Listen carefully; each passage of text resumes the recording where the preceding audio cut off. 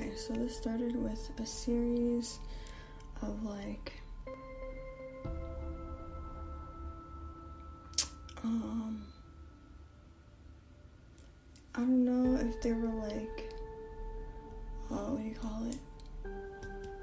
Like paralysis, sleep paralysis. They were kind of, yeah, I think it was like sleep paralysis first. And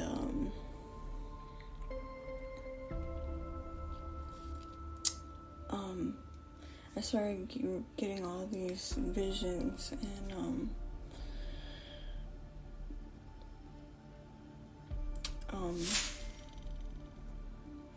clairvoyant things, and one of them was my ex being angry, and then I smelled gasoline. Like, I actually smelled it, like, for like 3 seconds, maybe less. And so I automatically was just like, wow, maybe he's having car troubles, you know? Which makes sense. But and then there was some other things, like I saw a bunch of things, you know, in my mind, and there's just a lot, like compressed, and I started hearing a lot of things, like, overlapping.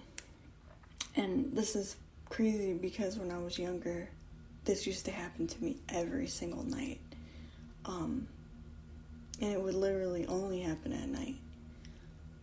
Where it would seem like I would just be, there's a certain signal that I would just be in tune to. So it'd be like white noise. And then all of a sudden, all of these different sounds, people's voices would come out of nowhere. And it would start slow. And then it would get more chaotic as like I got deeper into sleep. But this time, it was like smells. It was like the smell, and then the vision of my ex's face. And then all of a sudden, I hit it like, I don't know if it was deep sleep or if it was paralysis, but then all this just started like coming like rapidly and very layered, just like different voices. I couldn't understand them, they were all at once, you know. I heard different pieces here and there, but like mostly it was overlapped. And I saw different things, like the visions were overlapped as well. And then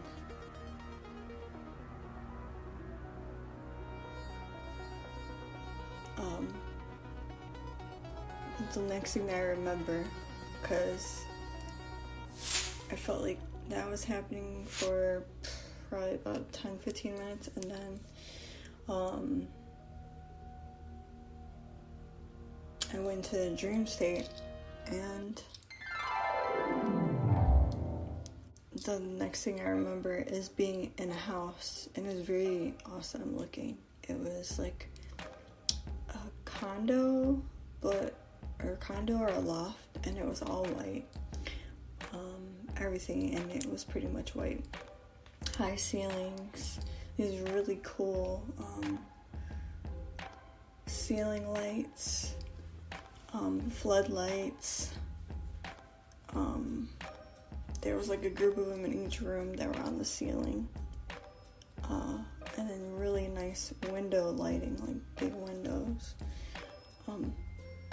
And a bunch of guests were over. I think there were some of my family. I think that I lived in this place with my other family, and then our extended family came in to visit because we were all gonna go out together. And I didn't have time to get ready or clean up, and I had a whole big pile of my laundry on my bed, and it just covered the whole surface of my bed. And it was a lot. Like, it was a thick layer of clothes. And then my dad comes up to me, he's just like, what is this? And I feel like there was somebody else in the room. And I was just like, I didn't get to it. And I felt really embarrassed. I'm like, crap, there's so many people in here, like family members, but like they had brought people with them too. And I'm like, oh my gosh. I'm like, this is just the worst timing ever. And then,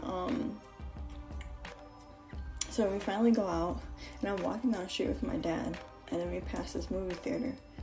And then he looks down at his watch and he says, well, I think that it's gonna start actually in like 7 minutes. He either said 7 or 9 minutes. 7.5 minutes. And he's just like, you wanna watch it right now? You know, and like get it over with. And it was like a long movie. It was like 2 or 3 hours long movie. And I'm like, And I think that it was like closer to the end of the afternoon, I think. And before like nightfall. And then my mom pulls up and like she's walking behind us, and she's like, well,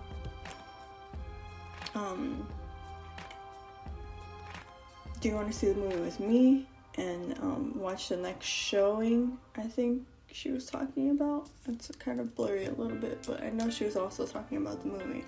And then I got like stuck, so I'm like, who am I gonna watch a movie with? I feel bad because my dad asked me first and everything like that, so I'm in a dilemma. But my mom was with my grandma, you know, pretty much as usual. And then so we're just like, okay, well, let's just go in to eat then right now. So my dad, my mom, and grandma, everybody comes into this restaurant that we're literally right in front of, that's right next to the movie theater. And we go in, and everyone, all of our family members and people that they brought are already seated, and they're like reserved tables. They're like these big round banquet style looking tables. They had like white tablecloths over them, and they were huge. And they're round. I think I said that. I don't know if I said that actually. And there's like a bunch of, we all had our plates in front of us and everything like that. Everything was organized, or, you know, sat on the table.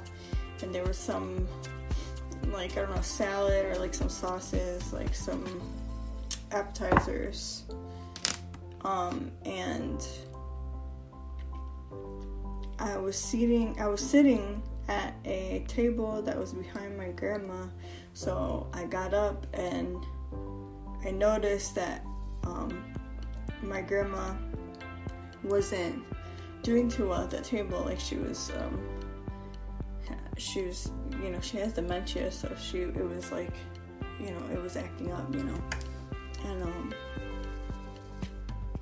she was like throwing sauce at my titia, which is my great aunt, on my mom's side. And you know, she has like an angry face on her face, you know what I mean? It was like going in and out, but like it was pretty much, my grandma was, you know, like exhibiting angry feelings toward my great aunt. And she was just throwing sauce at her, you know. And my mom was in between them. And then I was just looking, and I was just observing what was happening, and I was just like, oh no, you know, I wanted to help. And then my mom was in between them, and she was just sitting there looking at my aunt, like, she's just like,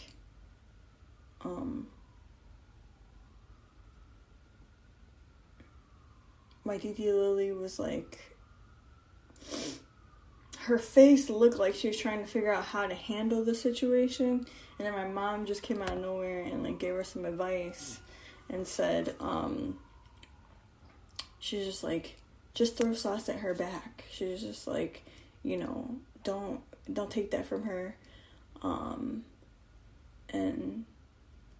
you know, I don't know if she said, you know, that's what I would do, or that's what I do, or something like that. And then I said, that's not cool. Like, grandma has dementia. She doesn't even know what she's doing. So, like, what you're encouraging someone to do is to, retaliate, be disciplinary toward her, and that's abuse, because she doesn't know what she's doing, and you should be more put together and have more wherewithal to not be, going back and forth with her when she has dementia, you know what I mean? And then, my mom was trying to argue with me, and then, my titi Evie, she didn't really know what to do, but it didn't seem like she was, entirely agreeing with me. It seemed like she was more on my mom's side. And then the other table right next to us that was adjacent behind my mom, somebody stood up and they were just like, she's right. You shouldn't do that. That is abuse. And then my grandma finally, stopped just because she got out of her, the dementia calmed down. And, I don't know, I feel like she felt more calm, I think that she just didn't like being in the presence of my aunt for some reason in that moment. And so then we got out. Well, I left, I think, at that moment. I don't know if people were still getting food. So I left, and somehow I ended up back at this apartment. And there's this apartment that is in this place called Ohio City, in the city that I live in. And I always go back to it. Literally, this apartment is recurring in my dreams, all the time. Ever since I lived there and ever since I left there. And I used to live there with my grandma, and it was literally the best place I ever lived in. And the best time I ever had, living in a place and enjoying living with my grandma, because it was just me and my grandma. We understood each other. We were two peas in a pod, and we were just very in sync, very in tune, and we could be quiet together, we could laugh together, we could tell each other things and never get offended and always understand each other, Anyway, so, so I was standing on top of her bed. No, before that, I was looking around at, how the room was decorated. This time, the room was decorated very, very differently than I've ever seen it in my dream, and obviously in real life. It had white walls, like the initial house, but it was more it had, grandma decorations in it, and not my grandma decorations in it. My grandma's. It was, other kind. It was just, a white grandma kind. Or a Puerto Rican grandma. And there was I was online for some reason, and I could see on the computer screen there's these wicker baskets, and they were white, and there was one that had flowers on it, I think, and there was another one that had angels by it or something like that, and I don't know if they had flowers too, but they were two different shapes. One was more square. I was oh, that would look really cute on this table for some reason, and I just was imagining it there. And then I went onto the bed, and I was standing on the corner of it, and I looked down. I saw something running back and forth, and I'm oh, what the heck is that?